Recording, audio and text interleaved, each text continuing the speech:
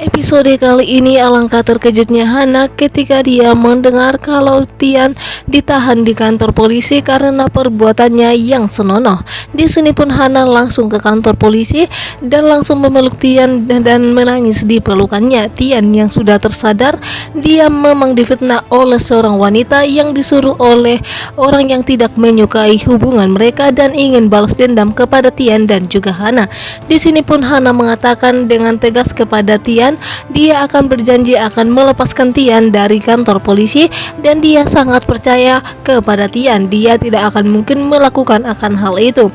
Di sini pun Tian meminta maaf kepada Hana atas apa yang telah dia lakukan karena dia telah mengusir Hana dan sudah sangat marah kepada Hana di waktu itu. Sementara itu Vano dan ternyata Misa juga memberikan bukti-bukti itu sehingga dia mengatakan ke kantor polisi kalau Tian memang sengaja membuat hal itu di depan umum sehingga membuat wanita itu pun ketakutan. Dan di sini pun mereka tidak mengetahui kalau inilah awal untuk balas dendam Vano dan juga Misa untuk Tian dan juga Hana. Di sini mereka begitu sangat tersenyum sinis dan akan melakukan membuat Tian dan juga Hana menderita dan agar mereka bisa berpisah. Mereka tidak akan pernah bahagia kalau melihat Tian dan juga Hana bahagia karena selama ini dia merasa menjadi korban dari pernikahan dan juga kebahagiaan Hana dan juga Tian.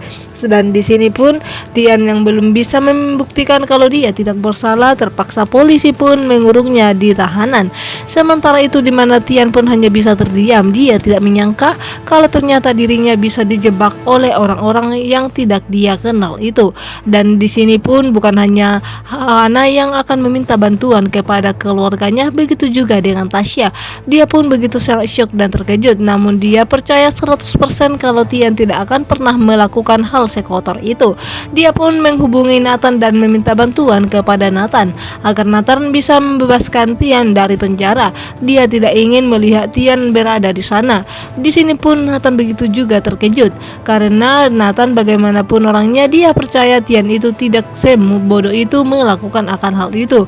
Di sini pun Tasya berdoa agar Nathan bisa membantunya. Namun di sini pun Nathan mengatakan sekuat tenaganya dia akan membantu membebaskan Tian.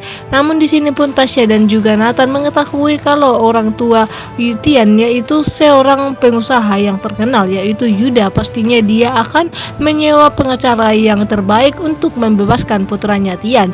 Di sini pun di depan kantor polisi di mana Hana dan meminta bantuan kepada Bu Ira dan juga Alvin dan memohon kepadanya untuk segera membebaskan Tian dari penjara. Namun di sini Alvin hanya bisa terdiam. Inilah yang direncanakan oleh Bu Ira. Namun di sini pun ketika Hana meminta bantuan kepada orang tuanya dan juga kakaknya sendiri, tiba-tiba saja datang Yuda dan mengatakan tidak perlu mereka repot-repot untuk membebaskan Tian karena dia bisa membebaskan putranya dari penjara tanpa bantuan Hardy. Dan di sini pun Bu Ira langsung mengatakan dia begitu sangat bahagia kalau Tian masuk penjara untuk selamanya.